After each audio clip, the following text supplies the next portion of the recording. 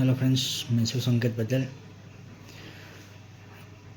હવે સૌથી પહેલાં તો તમે મારી ચેનલને સબસ્ક્રાઈબ કરી દેજો, લાઈક શેર ને કોમેન્ટ જરૂર કરજો. હવે આજે એ વાત પર ચર્ચા કરવી છે કે ગઈકાલે અમે લોકો ગાંધીનગર ગયા હતા. અમે કોર્ટના કામથી ગયા હતા. તો અમે લોકો કોર્ટનું કામ પત્યું એ પછી અમે લોકો સચિલા લઈ ગયા હતા, જે આપણા નેતાઓનું સંસદ ભવન બનાવ્યું છે.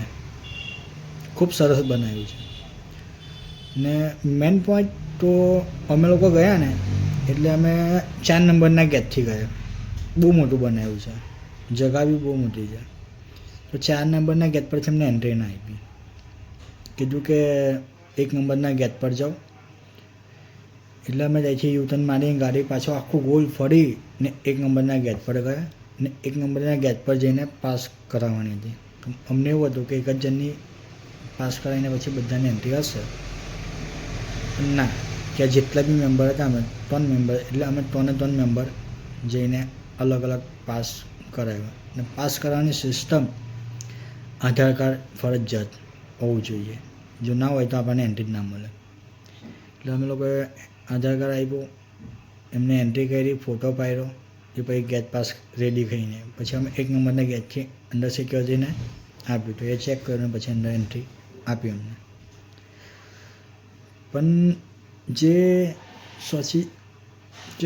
સચિલા લઈ જે બનાવ્યું હતું કે એમાં ફેસિલિટી તમે જુઓ ને તો તમને એવું લાગે કે આપણે શું ફોરેન કન્ટ્રીમાં આવી ગયા.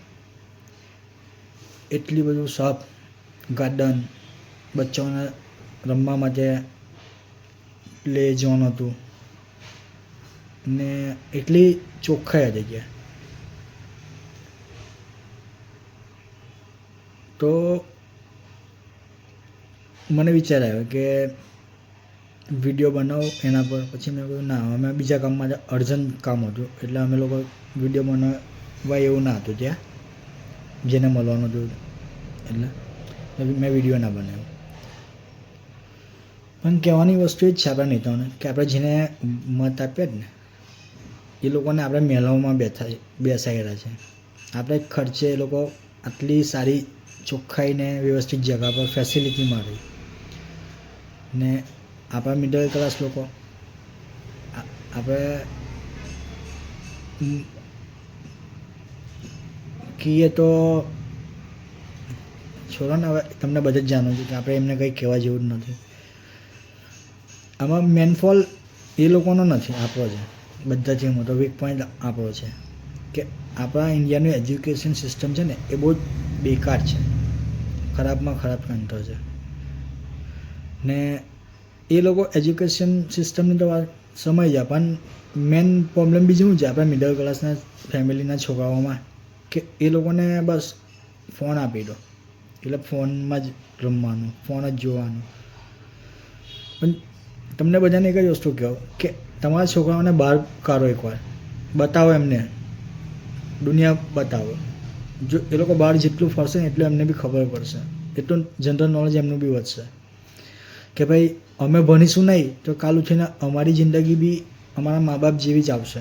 એના કરતાં બેકાર છે કે એમને ફરે, તેમને બધું જોઈ કે બહાર શું છે, કેવી ફેસિલિટી, કેવી સિક્યોરિટી છે. એટલે એકવાર તમારા છોકરાઓને ભણાવીને ફોરેન કન્ટ્રીમાં તો મોકલજો જ, એટલું તો ભણાવજો કે જ્યારે ઇન્ડિયામાં કંઈ ના હોય ને તો ત્યાં જઈને કંઈ કરી શકે. બાકી ઇન્ડિયાની પોલિટિશિયન સિસ્ટમ એવી છે કે આપણે ગરીબને ગરીબ જ રહેવાનું છે ને અમીરને અમીર જ બનવાનું છે.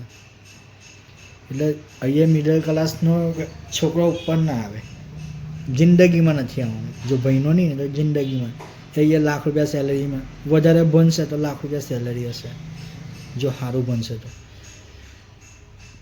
એટલે એટલું કહેવું છે કે ત્યાંની જે ફેસિલિટી મેં જોઈને તો મેં આમ વિચારમાં પડી ગયો કે સાલું આપણે જેને વત આપીએ છીએ એ લોકો આટલી સારી ફેસિલિટી મળે અને આપણે મિડલ ક્લાસને કોઈ પૂછવા તક નથી આવતું. એટલે છોકરાઓને કે ખાસ કરીને ભણી લીધો. જય માતાજી, જય શ્રી કૃષ્ણ, જય શ્રી રાધે.